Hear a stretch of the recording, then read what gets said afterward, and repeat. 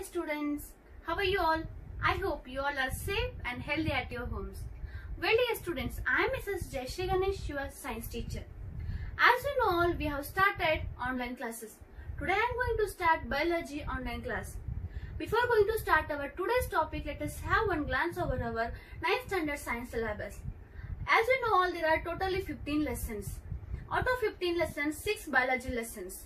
So in that 6th biology lesson, today I am going to start one of the most important lesson, that is the fundamental unit of life. What is our topic name? The fundamental unit of life. Let us start today's topic. Dear students, you know that in this earth there are various organisms. In that some are living organism and some are non-living organism. In living organism, again we can see the varieties. Some are the microscopic organism and some are the macroscopic organism. Means what? Some are very small, which we cannot be seen by our naked eyes. Only those will be observed by microscopes. And some are the macroscopic, means they are big enough to seen by our naked eyes. Is it right? So we are seeing the varieties in the living organism. They may be different in their shapes, size, appearance. So varieties of organisms we can observe. Is it right? So those all organisms are made up of the what? They are made up of the tiny microscopic units called as the cell. They are made up of what? Tiny microscopic units called as the cell. And what is a cell? Cell is the Latin word which means what? A small compartment, or a small room you can say. What is a cell? Cell is the Latin word, so which means what? A little room, otherwise small compartment we can say here. Is it right? Then all the living organisms present in this earth, they are made up of what? A small tiny microscopic units called as the cell. Is it right? So in commonly I have listed some of the features of the cell here, some of the functions of the cell here. So here cell is the building block of the life. Cell is the structural unit of a life. Cell is the fundamental unit of a life, and cell is the functional unit and basic unit of a life we can say. What is a cell? Cell is this building block, structural unit, functional unit and basic and fundamental unit of a life. So we will see at first about the building block. Why we will call as a cell as a building block? So here cell works like a bricks of a building. Already you know about the brick. How by the brick building will be constructed. So what is a brick? Is a basic need of a building we can say. So in that way cell is very necessary to build our body. Is it right? So it works like a brick, so it is called as the building block of a body. Our body should be constructed very neatly and it will be healthily, means so this is the very main performance of a cell we can observe. Is it right? So next is structural unit. So every organism has the particular structure. It is only because of the cell we can see. Is it right? So every organism structure is only because of a cell. So it is called as a structural unit of a life. Next is the functional unit. So you know that in all the organism there are the various organs, various parts. And all the organs performs the various functions. So there are the presence of various cells and those functions variously, otherwise differently they functions. So this is because of these functions we will call cell as a functional unit of a life. So I already have said the basic and the fundamental unit. Why I have said it's a basic thing of every living organism. So commonly what we have stated about the cell? Cell is the building block, structural, functional, basic and fundamental unit of a life. Is it right? It is about what we have said about the cell here. So I hope you all understood about the introduction about the cell. Is it right? So next we will go to the discovery of the cell. When, how and by whom cell is discovered. So there is a history behind the discovery of the cell. Let us study one by one. At first in the year of the 1665, Robert Hooke started the discovery of the cell. Who has started at first? Robert Hooke in the year of the 1665. So he has started at first. Is it right? So what he has done? He has taken the cork of the bottle. So what is the cork? Cork is made up of the tree. It is the cap of the bottle we can say. So he has taken the cork of the bottle, and then he has studied, otherwise he has examined under the self-designed microscope. So in that time, in the 1665, so that time there were no any electronic microscope, otherwise well-designed microscopes. So he has designed himself one of the microscope, otherwise one of the machine he has prepared, and with that what he has done, he has examined the cork of the tree. So next, what he has observed in that microscope, he has observed there is empty spaces bounded by the walls. So I have drawn here diagram. So how it will be? It is an empty space and it will be bounded by the walls. Is it right? So what he has observed? The empty space bounded by the walls. And what he has concluded? He has said that so there is a something, it appears like a honeycomb. So what he has stated, there is a something structure, so it appears like a honeycomb. I hope you all know about the honeycomb. You have seen the honeycomb.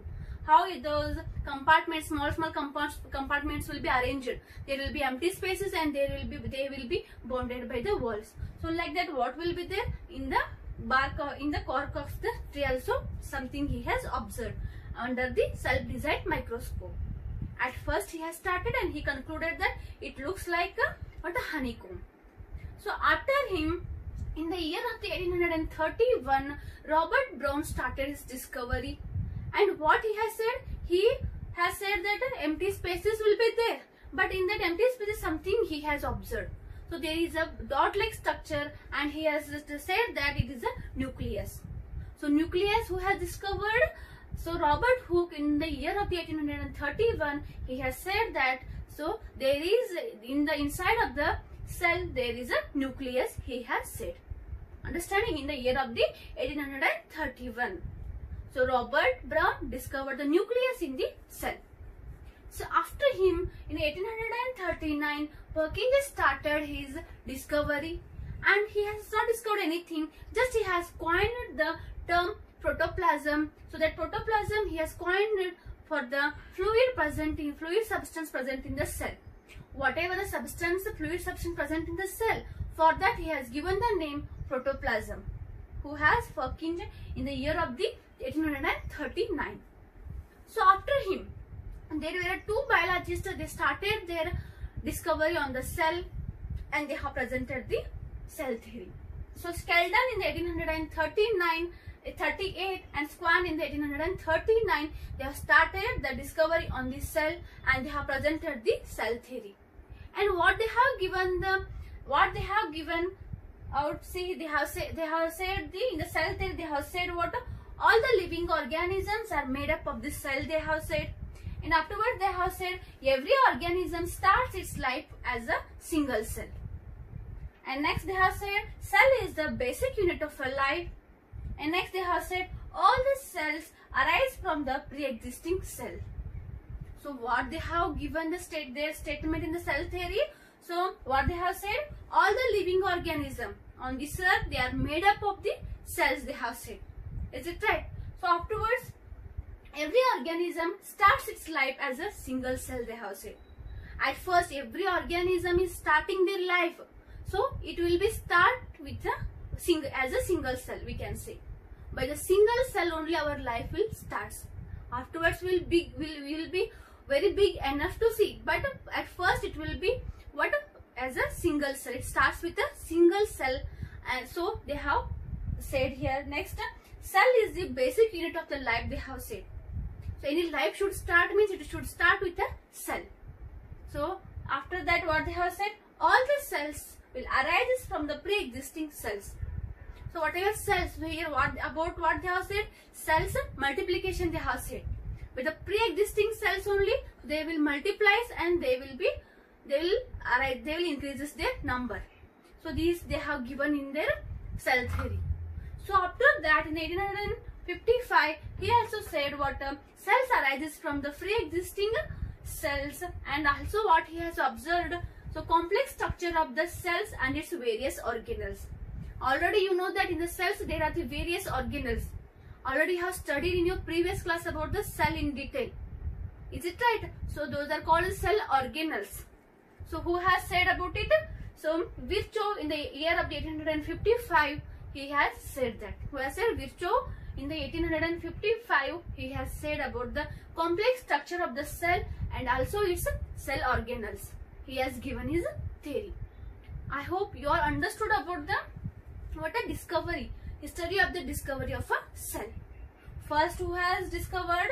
Robert Hooke. Next, next is the Robert Brown, and next Perkinje, Skeldon and Swan, and next Virchow. So they have discovered and they have given their various views on the cell. Understood? So after that we will go to the various organisms. Based on these cells, based on the number of cells, we have divided the organisms, living organisms, into two ways. So which are those? So unicellular organisms and the multicellular organisms. At first only I have said based on the number of the cells present in the organisms. So based on the number of the cells present in the organisms, we have differentiated the organisms into two types. So those are the unicellular organisms and the multicellular organisms. Unicellular organisms means what? The name itself tells here. Uni means one. Cellular means compartment or what room we can say, otherwise cell we can say here. Only one cell they will be having. So those are called as the unicellular or the single celled organisms. So only they will be containing only one cell and all the functions of their body. You know that there will be various functions in our body. So there will be respiration, digestion, is it right? So excretion, transportation, respiration, many functions will be there. Those all will be done in by the only one cell. Is it right? So it is called as the unicellular organism. So for example, you can take here amoeba, paramecium. So you can take a various examples here. And next, multicellular organisms. Multi means what? Many. Cellular means again compartment. Many cells will be containing these organisms. So those are called as the multicellular organisms. So what are the multicellular organisms? Organisms which is having the many cells. Those are called as the multicellular organisms. For example, you can take yours only, because you know that you have various organs in your body and each and every organ functions differently. Is it right? So what you can take your example, humans or the animals or the birds, various types of the organism you can take. So in our body there will be the complex system will be there. So those all they will be containing various cells and various cells functions various differently. So this is about the multicellular organisms. Understood? So in next class I am going to explain about the difference between the unicellular organism and the multicellular organism, and I will explain about the structure of the cell in our next class. I hope you all understood about the today's topic, that it was the introductory part of the cell. So I have said about the cell here, and I have given the common view on the cell. So next we have studied about the history of the discovery, and next we have studied the types of the organisms here. I hope you all understood today's topic. So if you have any difficulty, let me know, dear students. Thank you.